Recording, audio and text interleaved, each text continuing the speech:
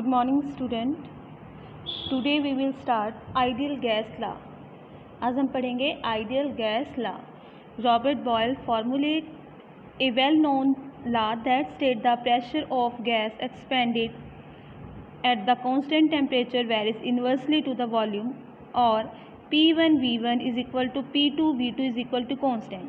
अब P1 हमारे पास क्या है प्रेशर, V1 हमारे पास क्या है वॉल्यूम, ठीक है। और देखो ये कैसे लिया, जैसे हमारे पास क्या एक सिस्टम है, उस सिस्टम के अंदर क्या है, टू एटम्स हैं, ये टू पार्टिकल्स हैं, उनका जो प्रेशर है P1 P2 और जो वॉल्यूम है V1 V2, तो ये किसके इक्वल आएगा, कांस्टेंट के इक्वल आएगा, ठीक है। तो इसी को हम क्या बोलते हैं, रॉबर्ट बॉयल्स लॉ बोलते हैं। As a result of experiments Charles conclude that the pressure of the gas varies directly with temperature. देखो जो चार्लेस थे, इन्होंने हमें क्या बताया कि जो प्रेशर है किसी भी सिस्टम का वो क्या करेगा, वेरी करेगा, चेंज होगा, डायरेक्टली चेंज होगा। कब, जब हम टेम्परेचर को क्या करते हैं, चेंज करते हैं। When the volume is held constant, और वॉल्यूम को हम क्या कर दें, constant. The volume varies directly with temperature, और वॉल्यूम भी क्या होगा, डायरेक्टली चेंज करेगा टेम्परेचर के। When the pressure is held constant, और प्रेशर को हम क्या कर देंगे, कांस्टेंट। तो हमारे पास चार्ल्स लॉ के अकॉर्डिंग जो फॉर्मूला है V1 अपॉन में V2 is equal to T1 upon में T2, और हम इसको कैसे लिख सकते हैं, P1 अपॉन में P2 is equal to T1 upon में T2। नेक्स्ट हमारे पास क्या है, हमने क्या किया, चार्ल्स लॉ और बॉयल्स लॉ को कंबाइन कर दिया, तो हमारे पास एक रिलेशन मिला, PV इज अपॉन में T is equal to constant. The constant in the above equation is called the ideal gas constant and is design by the are.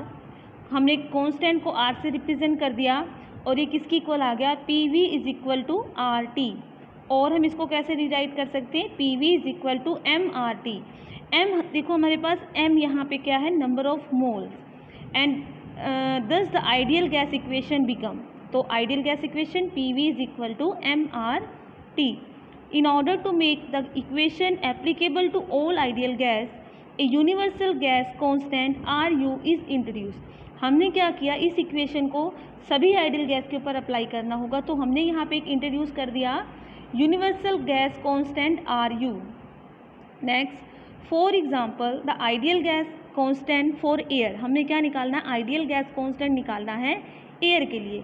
तो हमारे पास क्या आ जाएगा, देखो जो हमारे पास यूनिवर्सल गैस कांस्टेंट है RU, उसकी वैल्यू हमारे पास क्या है, 8.3144 अपॉन में 28.96, तो हमारे पास ये वैल्यू आ गई। The amount of energy needed to raise the temperature of a unit of mass of a substance by 1 degree is called the specific heat at constant volume. CV हमारे पास क्या है, specific heat at constant volume, और इसका मतलब क्या है कि जब हमने क्या करना हो, 1 यूनिट मास का जो टेम्परेचर हो वो राइज करना हो, है ना, तो हमने उसको कितनी एनर्जी दी थी, उसको हम क्या बोलेंगे, specific heat at constant volume.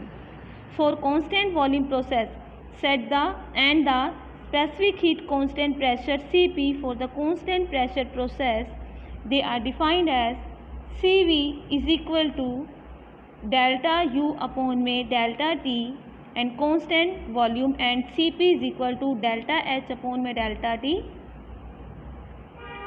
Now using the definition of enthalpy, H is equal to U plus PV, and writing the differential of enthalpy, the relationship between the specific heat for ideal gas is H is equal to U plus PV।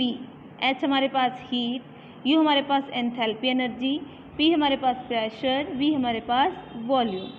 सो अगर हम इसका क्या कर देते हैं, derivative DH is equal to DU plus में RT, PV की जगह पे हमने क्या रख दिया, RT की वैल्यू रख दी, तो DH हमारे पास जो है वो किसकी इक्वल आ गया, देखो CP इंटू में DT is equal to CV DT plus RDT, and then CP is equal to CV plus CR. The specific heat ratio K is defined as K is equal to CP upon में CV. specific heat ratio. This one is the specific heat ratio. K is defined as K is equal to Cp upon में Cv. Thank you students, बाकी का हम कल के topic में करेंगे.